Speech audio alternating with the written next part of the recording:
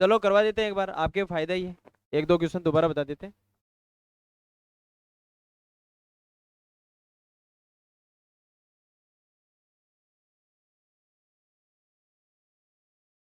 कल जो last time अपन ने पढ़ा था उसमें क्वेश्चन बताना, कौन सा बताना है, कहाँ से चालू करें बताओ, देना एक बार।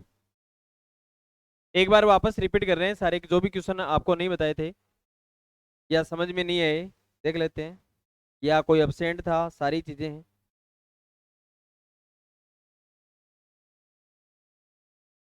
देखो मैं एक बार यहाँ से चालू कर देता हूँ, है ना, और वापस समझा देता हूँ। क्वेश्चन है जैसे, एक परीक्षा में 60% छात्र गणित में, पहला, सबसे पहला क्वेश्चन, 60% छात्र गणित में, 70% छात्र विज्ञान में उत्तीर्ण हुए एवं 40% छात्र दोनों विषयों में उत्तीर्ण हुए, तो बताओ परीक्षा में कुल कितने प्रतिशत छात्र उत्तीर्ण हुए। आपको इन क्वेश्चनों को वेन डायग्राम से बनाना है, ठीक है। तो कैसे करना है, देखो पहला जो क्वेश्चन है, इसमें दो सब्जेक्ट है, एक तो गणित है और एक विज्ञान है, ये लो भाई, गणित विज्ञान।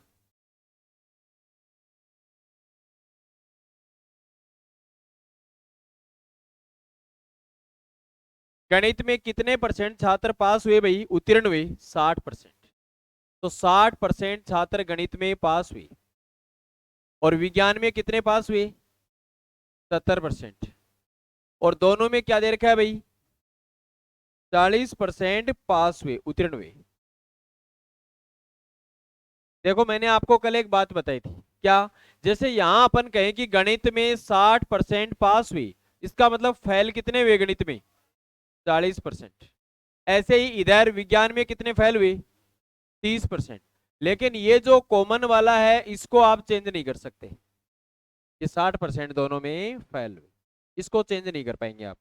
तो पहले अब आप टोटल निकालना चाहिए। देखो 40% छात्र ऐसे हैं जो दोनों विषयों में आपके पास क्या हुए बताओ, पास हुए, ये 40%, ये है दोनों कॉमन।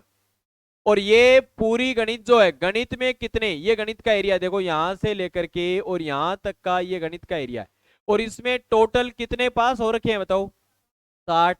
उनमें से 40 ऐसे हैं जो कॉमन है, जो गणित में भी पास हैं विज्ञान में पास हैं।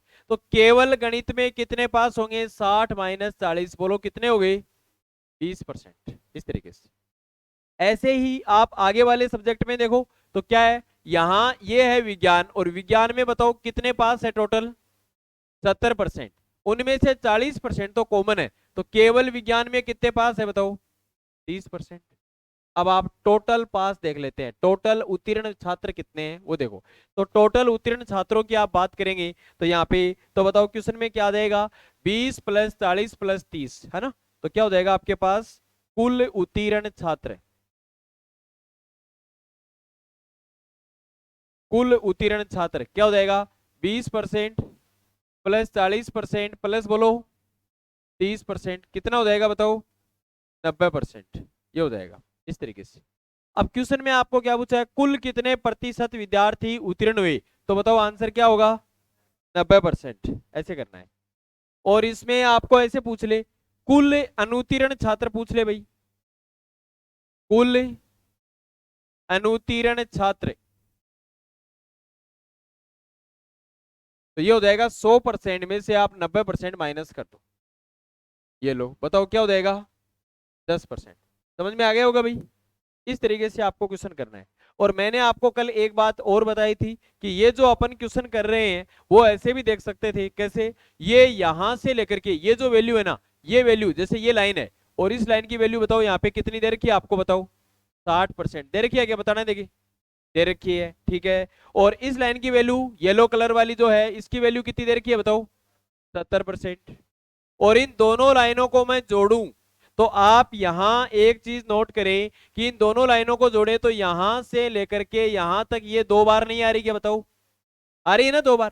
तो इन दोनों को आप जोड़ें, और दोनों को आप जोड़ेंगे तो आपके पास आएगा यहां से देखो इस तरीके से, क्या, कि एक तो आ गया 60% प्लस 70%, ये 60 ये 70, जिसमें से ये कॉमन 40% दो बार आ रहा है, एक बार माइनस कर दो, तो एक बार माइनस कर दिया ये लो। तो भी बताओ आपके पास कितना आया, 90%। आप ऐसे भी निकाल सकते हैं, लेकिन आपको एग्जाम में क्वेश्चन इसी तरीके से करना है। क्योंकि आगे कई क्वेश्चन अपन करने वाले हैं, उसमें फिर इससे दिक्कत हो जाएगी। ठीक है, तो बताओ अब कोई दिक्कत आ गया इस क्वेश्चन में? समझ में आ गया सबके?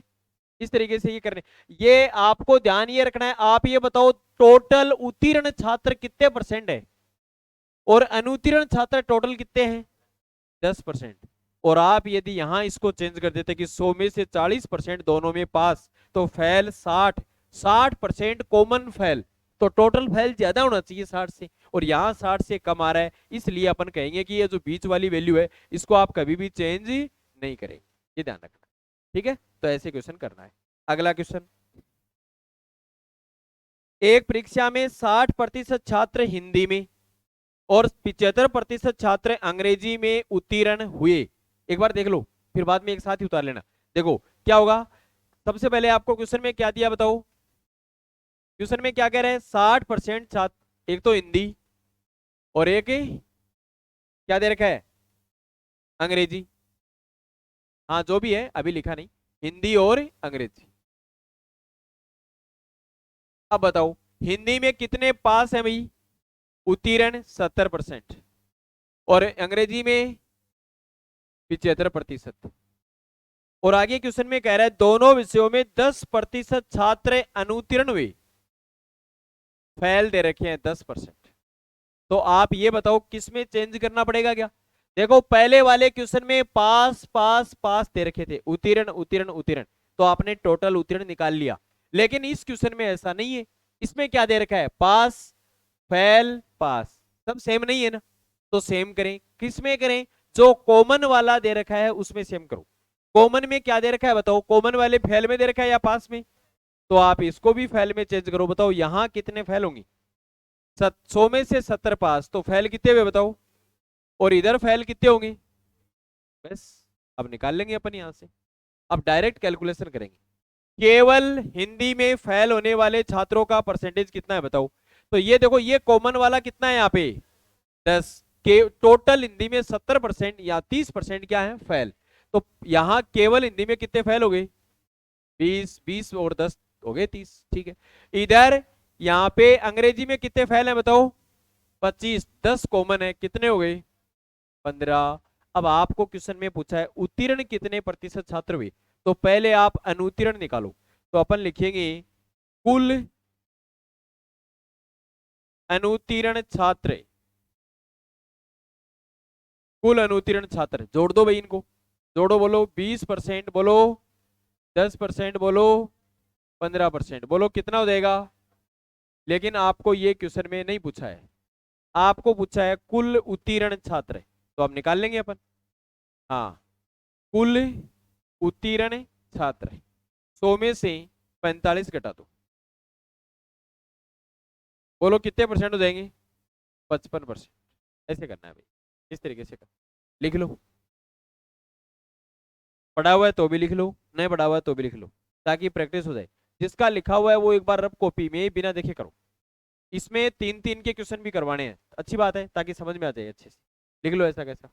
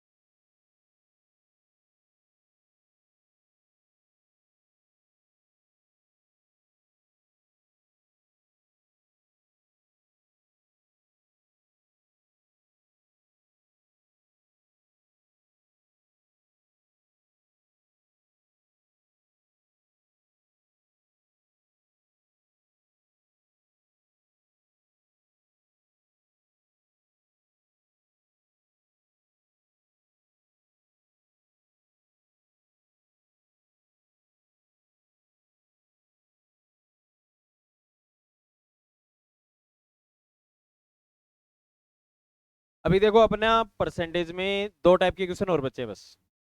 एक बार अपन ऐसे करते हैं, अभी तो मैं ये करवा देता हूँ, फिर एक बार जैसे मान लो अब शुरुआत में सारे तो आए नहीं भाई, पहले दिन से तो नहीं आ रहे ना सारे लोग, तो अब जैसे परसेंटेज भी कईयों का शुरुआत से नहीं पढ़ा हुआ है, ठीक है ना। अब शुरुआत से मान लो पढ़ा हुआ है, तो जो टाइप नहीं पढ़ी है तो मैं एक बार ये करता हूँ कल से, कल कल जो टाइप पढ़ाई है उनका एक एक दो दो क्वेश्चन वापस रिपीट कर देता हूँ, और फिर लास्ट में ये पढ़ लेंगे ताकि टॉपिक पूरा कंफर्म हो जाए, ठीक है।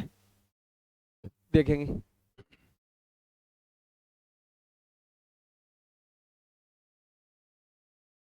इस टॉपिक में थोड़ा सा धीरे चल रहे हैं, उसके बाद में कोई दिक्कत नहीं आएगी। मिटा दे क्या? तो देखो अगला क्वेश्चन,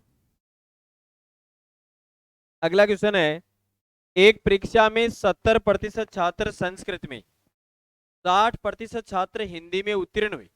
आपको पूरा पढ़ना ही नहीं है क्वेश्चन, डायग्राम बनाना चालू करो बस। क्या दे रखा है देखो क्वेश्चन में, आपको क्वेश्चन में दे रखा है दो सब्जेक्ट हैं,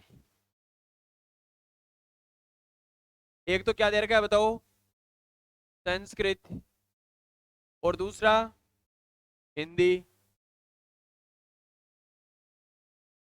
अब क्वेश्चन में कह रहा है 70% छात्र संस्कृत में उत्तीर्ण हुए, पास 70%, ठीक है। हिंदी में कितने पास हैं? 60%। और दोनों में, अब ये कह रहा है कि आगे कह रहा है उत्तीर्ण हुए परीक्षा में कुल अनुत्तीर्ण छात्रों की संख्या 550 है, ऐसे कह रहा है कुल अनुत्तीर्ण छात्रों की संख्या, और कुल परीक्षा में 15% छात्र दोनों विषयों में अनुत्तीर्ण हुए, फेल हुए, दोनों विषयों में अनुत्तीर्ण हुए। तो दोनों विषयों में अनुत्तीर्ण कितने बता रखे हैं बताओ? 15%। तो आप बताओ किस में चेंज करें क्वेश्चन को, क्यों फेल में चेंज क्यों करें बताओ क्वेश्चन को, बताओ। कॉमन, कॉमन वाले में जो दे रखा है उसी में चेंज करना है। तो यहाँ ये फेल में है, तो बताओ यहाँ फेल कितने होंगे, संस्कृत में कितने फेल होंगे बोलो? 30%। और हिंदी में कितने फेल होंगे, और कॉमन कितने हैं बताओ? तो यहाँ कॉमन के अकॉर्डिंग आप क्वेश्चन कर लो। कॉमन दे रखा है आपको 15%, ये लो। इधर टोटल कितना है 30, 30 में से 15 घटाओ कितने बचे? 15%। और इधर क्या हो जाएगा 40 में से 15 घटाओ कितने बचे? तो पहले आप क्या निकालेंगे, परसेंट में, प्रतिशत में, टोटल फेल छात्र, ठीक है। तो ये हो जाएगा कुल, आप यहाँ पे क्या निकालेंगे, कुल अनुत्तीर्ण छात्र निकालेंगे, कुल अनुत्तीर्ण छात्र। बोलो कितने हो जाएंगे भाई? 55%, 15% प्लस 15% प्लस 25%, बोलो कितना हो गया? और अब आगे क्वेश्चन में कह रहा है कि टोटल फेल होने वाले अनुत्तीर्ण जो छात्र हैं वो कितने हैं टोटल? 550। और परसेंट में कितने हैं बताओ? 55%। तो अपन लिखेंगे 55% बराबर 550। 1% बराबर क्या होगा बताओ? अब ये कह रहा है कुल कितने छात्र हैं परीक्षा में, तो कुल छात्र नॉर्मली ये परसेंट है तो कितने मानते हैं 100, तो 100 से गुणा कर दो, बोलो कितना हो जाएगा? 1000। तो कुल छात्र आपके पास हो गए 1000। ऐसे करना, बताओ क्वेश्चन समझ में आया कि नहीं आया? आ गया, इस तरीके से करना है, ठीक है। और अगला क्वेश्चन देखते हैं एक बार, दोनों क्वेश्चन साथ में देख लो। अगला क्वेश्चन है, एक कार्यालय में 72% कर्मचारी चाय पीते हैं और एक पीते हैं कॉफी। देखो अगला क्वेश्चन, चाय और कॉफी, इस तरीके से। तो ये तो हो गया चाय का एरिया, चाय पीने वाले लोगों का, और ये बताओ कॉफी। कितने परसेंट लोग चाय लेते हैं भाई? 72%। और कॉफी 44%। अब आगे क्वेश्चन में बोला गया है यदि प्रत्येक कर्मचारी चाय पीता है या कॉफी पीता है या दोनों पीता है, मतलब बिना पीने वाला कोई नहीं है, कुछ ना कुछ पिया जा रहा है, सीधी सी बात ये। अब आगे क्वेश्चन में कह रहे हैं चाय और कॉफी पीने वाले कर्मचारियों की संख्या 40 है, परसेंट में नहीं, वास्तविक वैल्यू है।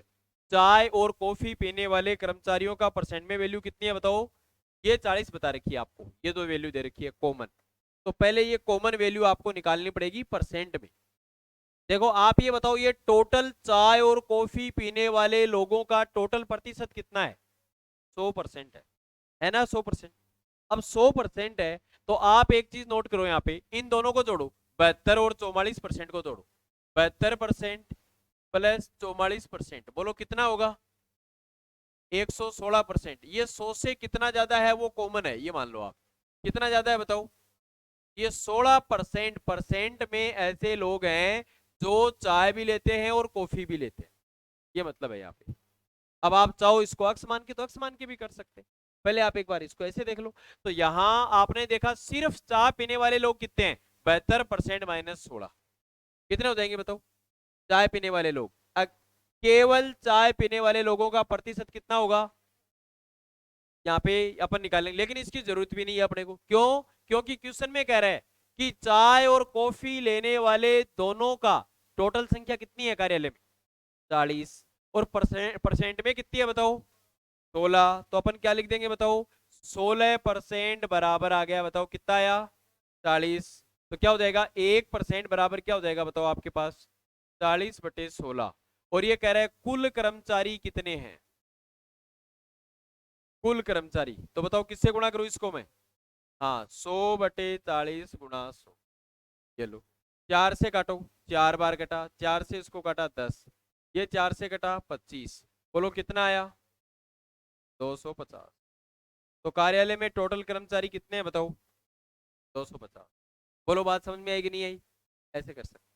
अब हो सकता है कईयों ने इसको अक्स मान के किया हो कि यहाँ ये जो वैल्यू है ना, इसकी जगह जैसे मान लो आपने अक्स दे दिया कि ये मैंने एक बार मान लिया ये अक्स है, तो आप अक्स से भी कर सकते हैं, क्या दिक्कत है? ये बताओ टोटल चाय लेने वाले लोगों का परसेंट कितना है बताओ यहाँ पे? 72। तो केवल चाय लेने वाले लोगों का परसेंट कितना होगा? 72% माइनस बोलो अक्स परसेंट, ये हो जाएगा। और इधर सिर्फ कॉफी लेने वाले लोगों का 44% माइनस, और साथ में ये जोड़ देंगे, तो बताओ टोटल 100% आएंगे या नहीं आएंगे? तो टोटल आप उस कंडीशन में भी निकाल सकते हैं अपन यहाँ से, कैसे? आप लिखेंगे 72% माइनस अक्स परसेंट प्लस अक्स परसेंट और प्लस 44% माइनस अक्स परसेंट, और बराबर आ जाएगा 100%, ये लो ऐसे हो जाएगा।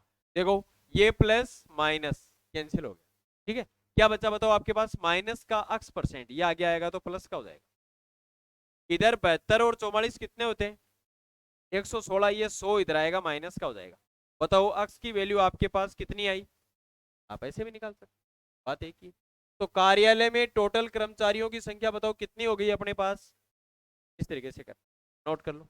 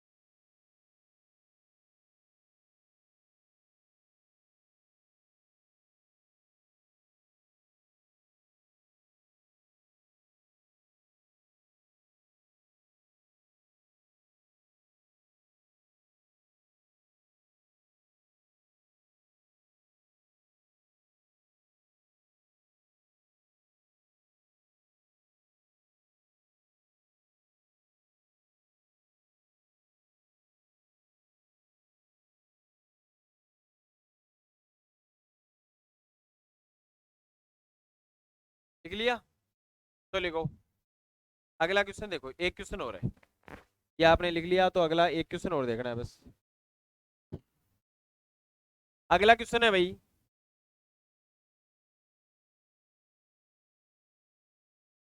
अगला क्वेश्चन कह रहा है कि 60 विद्यार्थियों की एक कक्षा में 30% विद्यार्थी अंग्रेजी बोलते हैं, केवल अंग्रेजी, और 20% केवल हिंदी बोलते हैं। देखो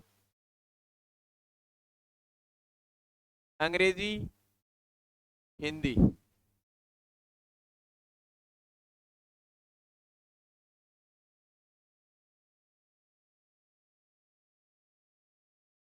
अब जो क्वेश्चन में दे रखा है उसके अकॉर्डिंग करेंगे अपन। क्वेश्चन में कह रहा है 30% विद्यार्थी केवल अंग्रेजी बोलते हैं, 30%, तो 30% ये केवल अंग्रेजी का ही है, ये लो। अब आगे क्वेश्चन में कह रहा है 20% केवल हिंदी बोलते हैं। ये लो, कितने हो गए टोटल? 50%। कितने में से? तो बच्चे कितने? और सारे कुछ ना कुछ बोलते हैं, चाहे हिंदी बोले चाहे अंग्रेजी बोले। ये तो है नहीं कि ऐसे भी हैं जो न हिंदी बोलते हैं न अंग्रेजी बोलते हैं, ऐसे नहीं है। तो टोटल 100% है, उनमें से 50% हिंदी और अंग्रेजी अलग अलग बोलने वाले हैं, केवल हिंदी बोलते हैं केवल अंग्रेजी बोलते हैं, ठीक है। तो 50% क्या ऐसे बच गए क्या, जो अंग्रेजी भी बोलते हैं और हिंदी भी बोलते हैं। ये लोग ऐसे बच गए जो अंग्रेजी और हिंदी दोनों बोलते हैं, ठीक है। अब आगे क्वेश्चन में कह रहे हैं, तो बताओ कितने छात्र हिंदी बोल सकते हैं? ये कह रहे हैं कितने छात्र हिंदी बोल सकते हैं, और टोटल विद्यार्थी हैं 60 विद्यार्थियों की क्लास में। तो आप ये बताओ यहां परसेंट में हिंदी बोलने वाले छात्रों का परसेंट कितना है? 70%। केवल हिंदी बोलने वालों का परसेंट तो कितना है? और हिंदी बोलने वाला, इसका मतलब टोटल हिंदी बोलने वाले, और टोटल हिंदी बोलने वालों में ये पूरा एरिया आता है, तो कितने हैं? 70%। किसका? जो क्लास में टोटल छात्र हैं उनका, और क्लास में टोटल छात्र कितने हैं?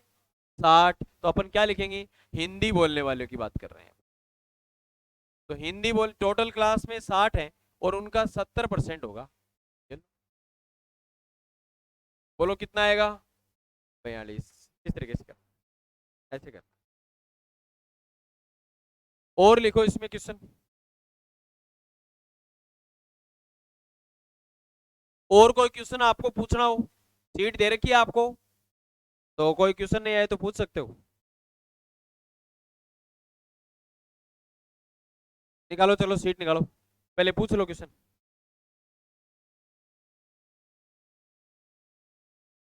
वो सीट नहीं दी तब तक तो सीट नहीं मिली, सीट नहीं मिली, और अब मिल गई तो निकालते नहीं हो क्वेश्चन।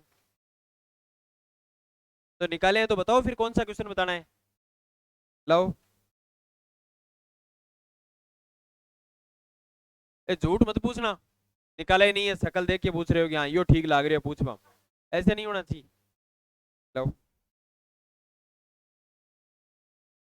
और इतना आगे नहीं जाना, पहले पहले 28 तक तो बताओ, सीधा ही 43। आज ही पूरी करने के मूड में हो गया सीट को। 28 तक कोई क्वेश्चन पूछना है क्या, या पीछे से निकाल रहे हो? बताओ, 28 तक कोई क्वेश्चन? मतलब पहली क्लास देखी ऐसी जिसमें कोई समस्या आती नहीं है, सारे क्वेश्चन सोल्व हो जाते हैं। बता दी थे क्या? चल फिर बताओ, अब बताओ कितने का? 31 का। देखो भाई, क्वेश्चन नंबर 31 देखो।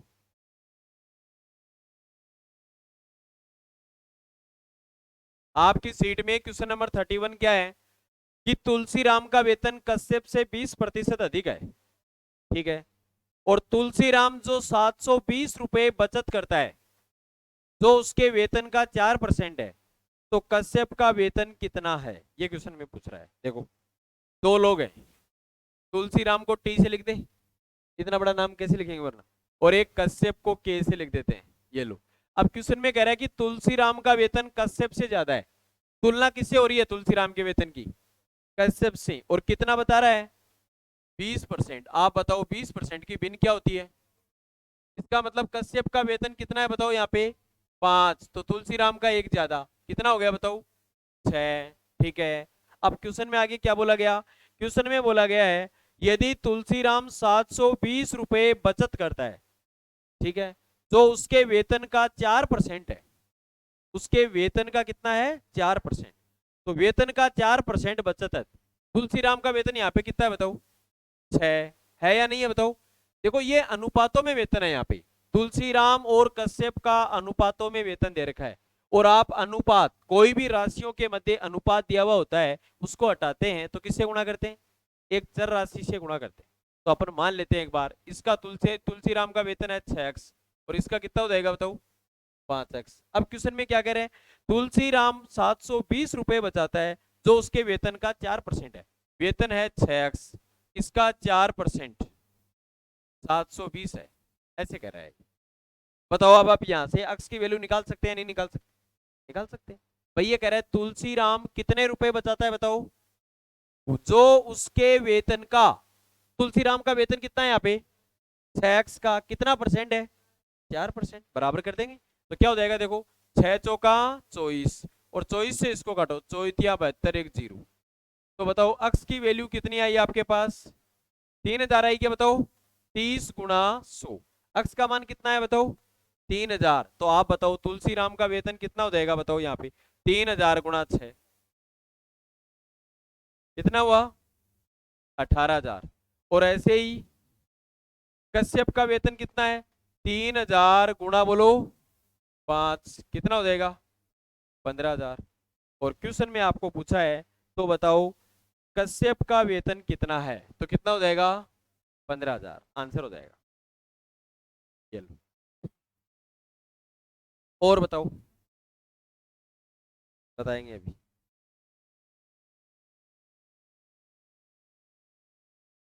किसी को नोट करना है क्वेश्चन तो कर सकता है।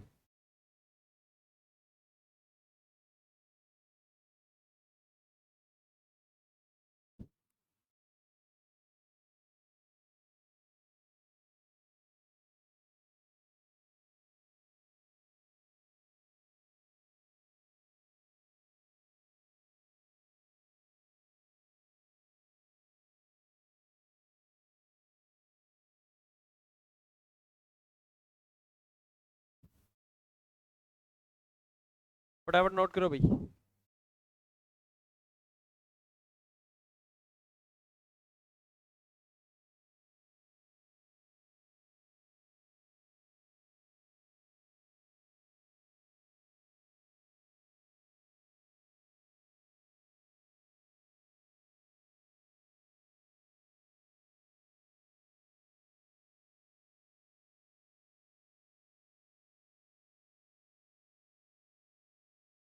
हो गया चलो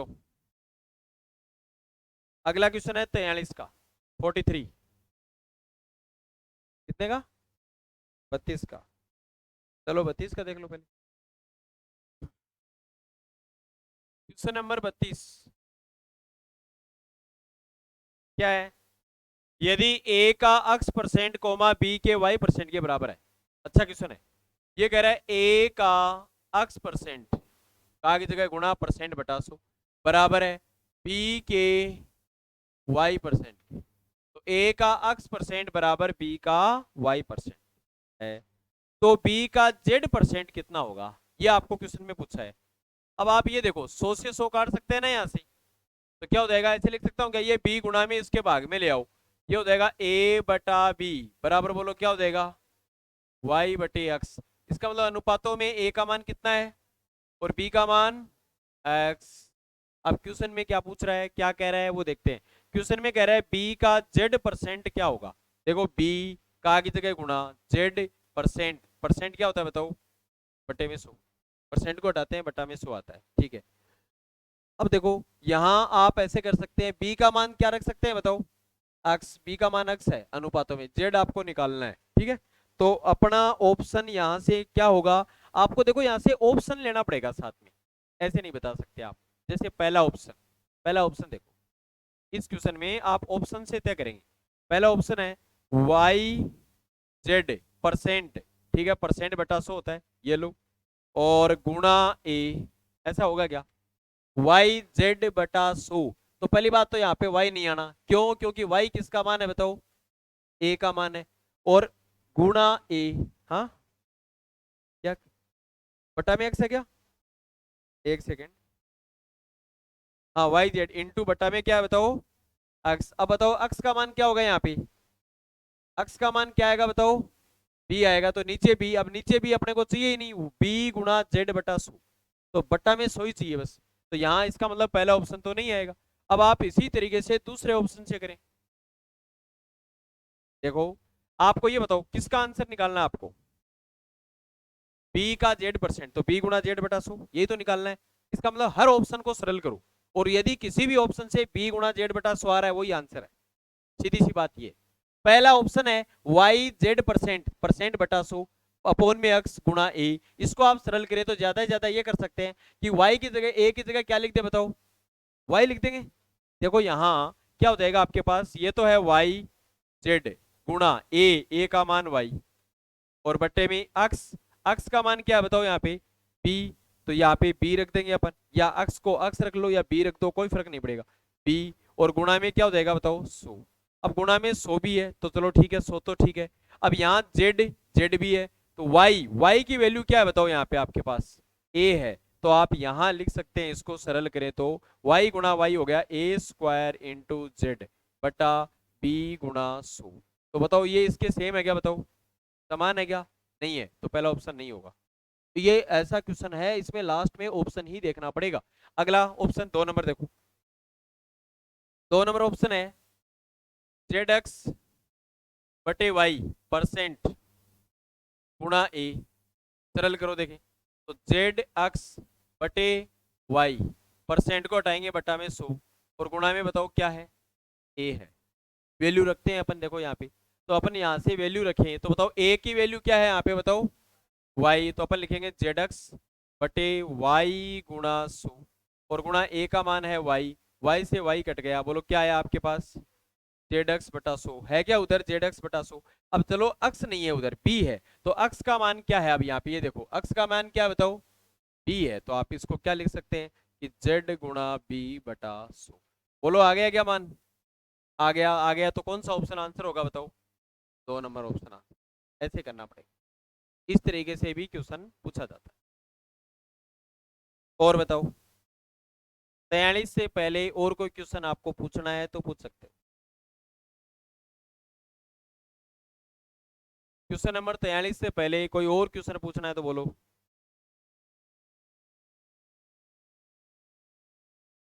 तो फिर 43, 43 का क्वेश्चन करेंगे, है ना, ये नोट कर लो किसी को करना है तो।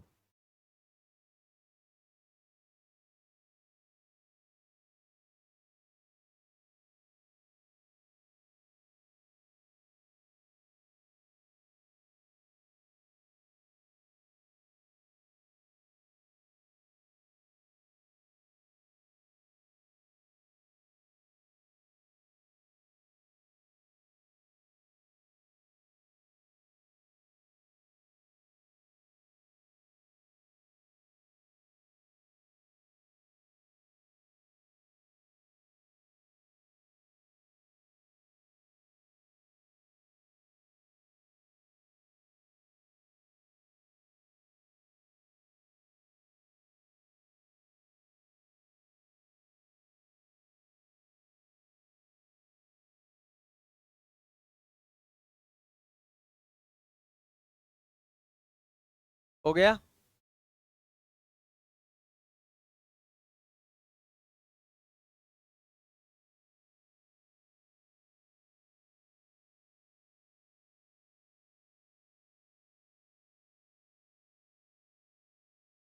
तो देखो अगला क्वेश्चन देखो अब, अगला क्वेश्चन है, क्वेश्चन नंबर आपने बताया 43, देखो भाई 43 क्वेश्चन देखो,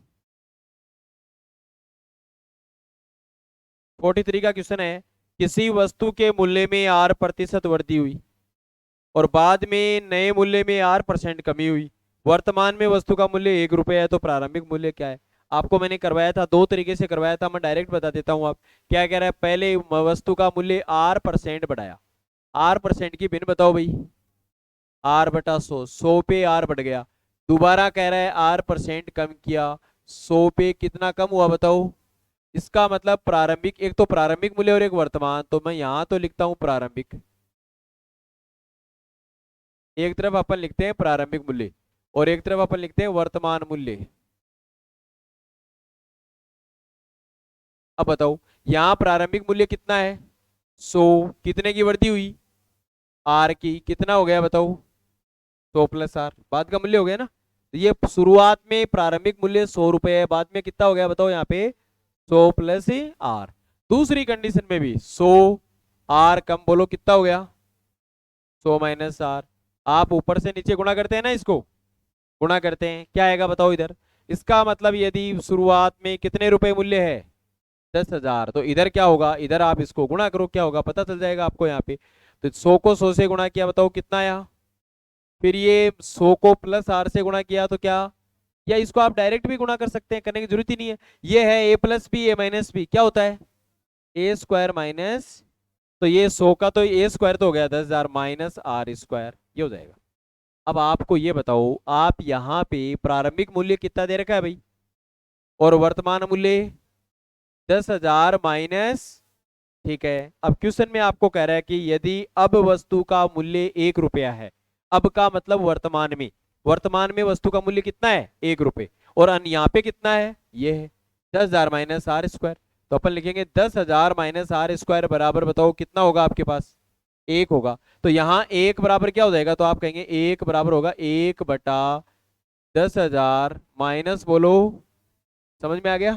तो ये कह रहा है प्रारंभिक मूल्य क्या होगा, तो इस 10,000 को बताओ आप किससे गुणा कर देंगे भाई, 1/10,000 माइनस आर स्क्वायर से, ये गुणा कर देंगे तो क्या आ जाएगा बताओ आपके पास, 10,000 बटे बोलो 10,000 माइनस ही आर स्क्वायर, यही आंसर हो जाएगा। क्या आ जाएगा, 10,000 बटे 10,000 माइनस आर स्क्वायर, ये आंसर होगा। तो बताओ कौन सा ऑप्शन होगा, 4, 4 नंबर ऑप्शन आंसर होगा। समझ में आया कि नहीं आया भाई। और क्वेश्चनों में अपन क्या करते हैं, औरों क्वेश्चनों में तो अपन ये करते हैं, जैसे मान लो ऐसे होता है कि ये इधर 100 माइनस आर स्क्वायर की जगह होता, मान लो 20 होता, और ऐसे कह देता कि 20 बराबर 100, तो बताओ एक बराबर क्या होता है, बताओ यहाँ 5, कैसे 20 का भाग दे दिया 100 में। तो वैसे ही एक बराबर निकालना है यहाँ पे आपको, एक बराबर, ये तो वैल्यू दे दी, तो एक बराबर निकालने तो गुणा इस एक में इसका भाग दे दो, ये आ गया 1/10,000 माइनस ही आर स्क्वायर। और बोलो आगे क्वेश्चन।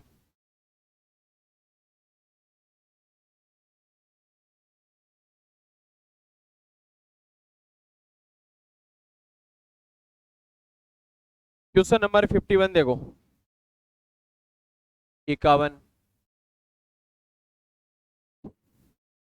एक व्यक्ति अपनी मासिक आय का 40% भोजन पे खर्च करता है, ठीक है। कितना खर्च करता है भाई, 40%। फिर आगे नाम लिया शेष का, शेष वेतन का 1/3 यातायात पर खर्च करता है, ठीक है, 1/3।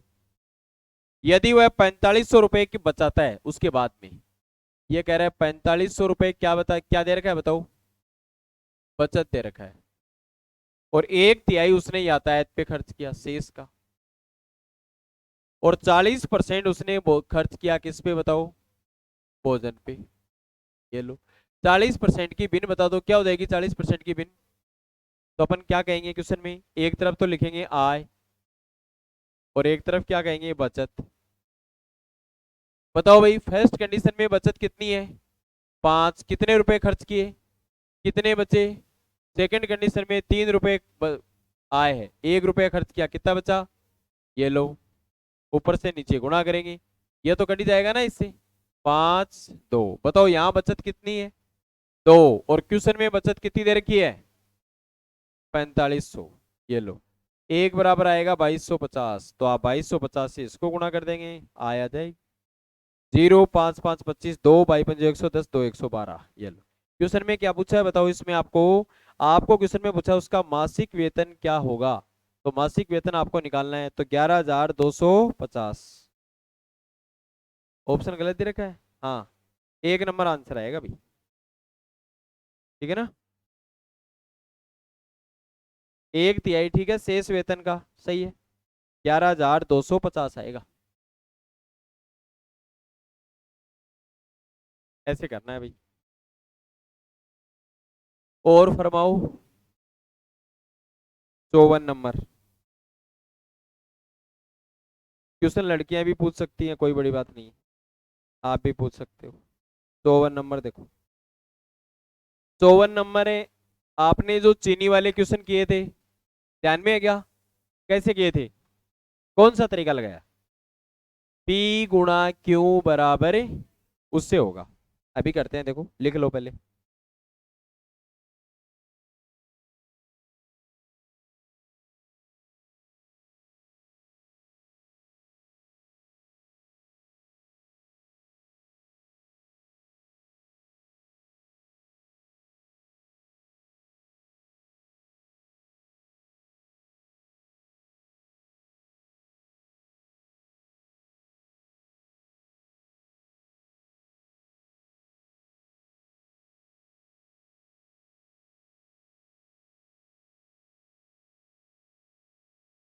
हो गया, चलो देखो,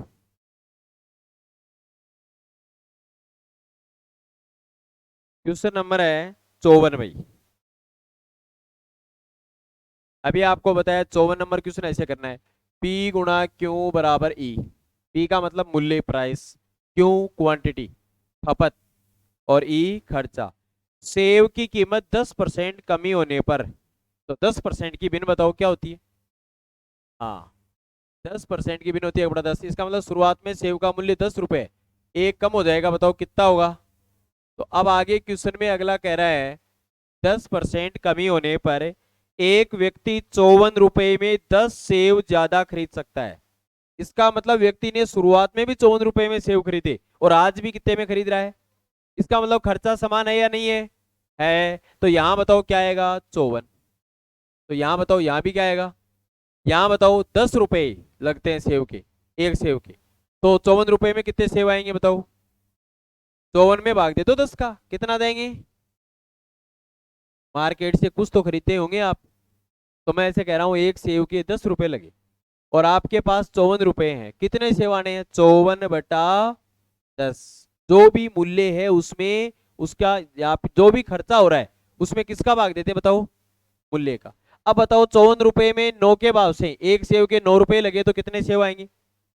54 में 9 का भाग दे तो 6। तो ये आ लो। तो कितने सेव ज्यादा खरीदे यहाँ पे, यहाँ सेवों की क्वांटिटी का डिफरेंस कितना है। तो 6 में से 5.4 घटा दो, कितना है, 0.6। यहाँ डिफरेंस है 0.6। और क्वेश्चन में डिफरेंस कितने का बता रखा है भाई, कितने नंबर क्वेश्चन था ये। हाँ, कितने का डिफरेंस है, 10। ये लो। तो एक बराबर, पहले तो इसका पॉइंट हटाओ यहां से, अब पॉइंट हटाएंगे यहां से अपन तो बट्टा में 10 आएगा। पॉइंट हट गया, ठीक है। तो 6 बराबर आ गया 10 × 10। ये लो। तो एक बराबर क्या आएगा, 100/6। अब आपको क्वेश्चन में क्या पूछ रहा है, आपको क्वेश्चन में पूछ रहा है तो कमी के बाद प्रति दर्जन सेव की कीमत क्या है। कीमत मतलब मूल्य, और कब का पूछ रहा है, वर्तमान का। और वर्तमान का मूल्य पूछ रहा है तो पहले वर्तमान क्वांटिटी भी पता होनी चाहिए अपने को। एक बराबर क्या है बताओ आपके पास, 100/6। तो मैं कहूंगा वर्तमान खपत क्या होगी, पहले ये बताओ, वर्तमान खपत। तो बताओ 100/6 को किससे गुणा करूं। यहां वर्तमान खपत क्वांटिटी कितनी है बताओ, 6, 6 से गुणा कर दो। तो बताओ वर्तमान खपत कितनी होगी आपके पास, 100 सेवों की हो गई। 100 सेवों की खपत कर रहा है वर्तमान में, ठीक है। और खर्चा कितने का कर रहा है भाई, बोलो, 54 रुपए का। तो 54 का भाग दे देंगे। तो प्रति दर्जन सेव की कीमत क्या है, एक सेव की कीमत क्या होगी यहाँ पे, वर्तमान कीमत। देखो मैं यहां लिख रहा हूं, थोड़ी सी कैलकुलेशन है। वर्तमान कीमत, ये जो भी आप निकाल रहे हैं वो एक सेव की कीमत निकालेंगे। आप बताओ कितने रुपए के सेव खरीद रहा है अगला, 54 रुपए के। और कितने सेव आ रहे हैं 54 रुपए के, 100 आ रहे हैं। तो कीमत क्या हुई एक सेव की, 100 सेव आ रहे हैं 54 रुपए में, तो एक सेव की कीमत क्या हुई। तो आप कहेंगे एक सेव की कीमत होगी 54/100। बोलो समझ में आ गया यहां तक। अब आपको क्वेश्चन में कह रहा है प्रति दर्जन सेव की कीमत क्या है, मतलब 12 सेवों के कितने रुपए लगेंगे। तो बताओ गुणा क्या कर दें यहाँ पे, 12 कर देंगे, आंसर आ जाएगा। आपको क्वेश्चन में यही पूछा है, प्रति दर्जन सेव की कीमत क्या होगी। सरल कर लो भाई इसको। देखो सरल करने का तरीका यही है, ऊपर वाले को गुणा कर दो, 12 चौक 48, 8 4, 12 पंजो 60 और 4 64, 2 अंक छोड़ के दशमलव बट्टा में 100 है। ये लो, इतने रुपए प्रति दर्जन। कितने रुपए बताओ, 6 रुपए 48 पैसे। बस इस तरीके से करना है। ऐसे करने का तरीका सेम यही था, आपको बताया हुआ है, लिख लो।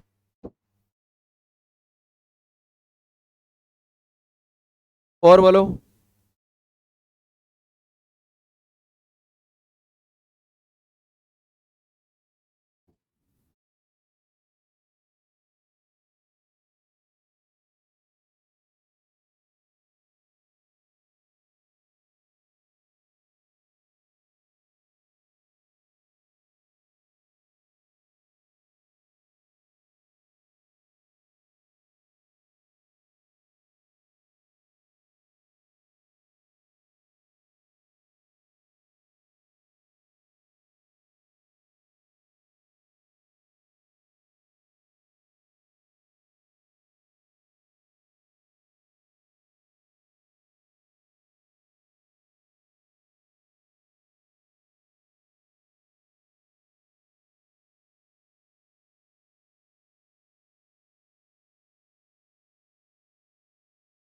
और पूछ लो भाई क्वेश्चन, एक दो क्वेश्चन और बता पाएंगे अभी, इतना ही टाइम है, न पढ़ा पढ़ा तो सकते नहीं है, बताओ।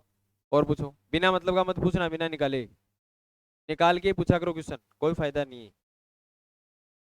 अच्छा,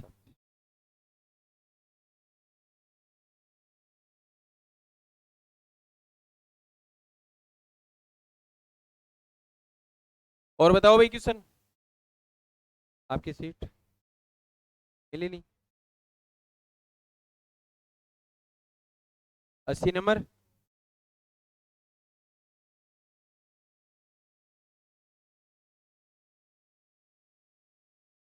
चुनाव वाला क्वेश्चन है। देखो भाई, अगला क्वेश्चन है चुनाव पे बेस। क्या है? एक चुनाव में दो उम्मीदवार हैं, 75% मतदाताओं ने वोट डाले, कितने में से? 100 में से 75 ने डाले, कितने ने नहीं डाले? जिनमें से 2% मत अवैध घोषित कर दिए गए। देखो, यहाँ जैसे क्वेश्चन में कह रहा है वैसे आप करें। 75% मतदाताओं ने, ये कह रहा है वोट डाले, 75% होता है 75/100। इसका मतलब ये हो गया कुल मत कितने हैं बताओ। तो डाले गए मत, डाले गए मत। अब मैं लिखूंगा वेद मत। क्वेश्चन में आपको कह रहा है कि 2% अवैध हैं, जो भी डाले गए हैं वो। डाले कितने गए हैं? 75। इनका 2% अवैध है, 75 का 2% क्या है? अवैध है। तो बताओ वेद कितना है 75 का? 75 का वेद मत कितने परसेंट है? नहीं समझ में आया, वापस देखो। अपन यहाँ पे ऐसे कह रहे हैं, डाले गए वोट कितने हैं बताओ? 75। उन 75 में से आपके पास अवैध मत कितने हैं? तो आप कहेंगे 75 का 2%। तो बताओ वेद मत कितने हैं, कितने परसेंट है? 98% नहीं है क्या? यहां इधर वेद 75 का 2% अवैध है, तो इधर हो जाएगा आपके पास 75 का कितना परसेंट बोलो? 98%। तो वेद मत ये हो गए आपके पास, तो ये आ जाएगा 75 × 98/100। ये वेद मत है आपके पास, सरल मत करो इसको, ऐसा ही रहने दो। ये वेद मत है, ठीक है। अब आगे क्वेश्चन में क्या कह रहे हैं कि एक उम्मीदवार को 9261 वोट मिले, जो वेद मतों का 75% है। वेद मत कितने हैं? ये रही। और इन वेद मतों का 75% निकालो आप, तो आप लिखेंगे 75 × 98/100। इनका 75% तो लिखेंगे गुणा 75/100। और इनका वेद मतों का जो 75% है, वेद मतों का, वो एक उम्मीदवार को मिले हुए वोट है 9261। ऐसे कह रहा है। बताओ समझ में आई क्या लैंग्वेज? वापस से रिपीट कर रहा हूं, देखो आप यहां बताओ टोटल वोट कितने हैं भाई? डाले गए वोट, खारिज कितने परसेंट हुए, तो सही कितने हैं? और जो वेद मत हैं उनका एक प्रत्याशी को 75% मिला है, और वास्तव में वो 9261 है, ये क्वेश्चन में कह रहा है। तो बराबर लिख दिया 9261। सरल कर लो, सरल करेंगे देखो। 25×3 = 75, 25 चौका 25×3 = 75, 25 चौका 100। ये लो, सरल कर लो। तीन देखो, 9 और 2 11, 11 और 7 18, 3×3 = 9, 9 का भाग दे दो इसमें। 9 एकम 9, 0, 9 दूनी 18, 8, 9 9 81, ये आ गया। अब देखो, 2 से काट दो, 2 दूनी 4, 2 से काटा 49, इसका मतलब 49 का भाग जाएगा इसमें। 49 का भाग जाएगा, 2 49 का भाग, 49 दूनी 49 का 2 का भाग देंगे तो 98 बार जाएगा। कितने बचे? 4 बचे। 49 एकम 49। बताओ ऊपर क्या बचा? दिख तो रहा है क्या आपको? तो बताओ ना फिर क्या बचा इधर, इस बाएं पक्ष में ऊपर क्या बचा? दिख नहीं रहा फिर आपको, क्या बचा बताओ ऊपर? ए मेरा भगवान, क्या काम चाल सी, तो फिर नींद आ रही है क्या? है? यहाँ देखो, यहाँ 3 भी कट गया, 3 भी कट गया, 49 भी कट गया, 21 आया, तो इधर क्या बचा? एक बचा। अब एक बताना में तो टाइम लाग रही है ना, यहाँ बताओ यहाँ से वोट कैसे निकलेंगे, ये बताओ आप। तो यहाँ ऊपर आया 1 बटे नीचे क्या है? चलो ये 8 तो दिखा था, 4 दूनी 8, ये लो, बराबर कितना आया? 1 बराबर 21 × 8, बोलो कितना हुआ?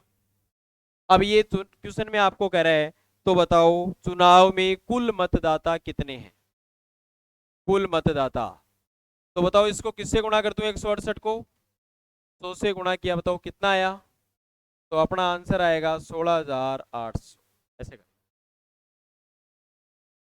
बहुत आराम आराम से पढ़ते हो, एकदम धीरे धीरे, जैसे पेट का पानी नहीं ले, बस जैसे कोई सवारी करे ना, तो बस वैसे ही, उस हिसाब से ऐसे सोच सोच के बताता हूँ, कोई जल्दबाजी नहीं है कि ऊपर क्या बचा, बोलो अब देखेंगे क्या बचा। इतनी देर तो हमने ऊपर देखा ही नहीं, अब देखा।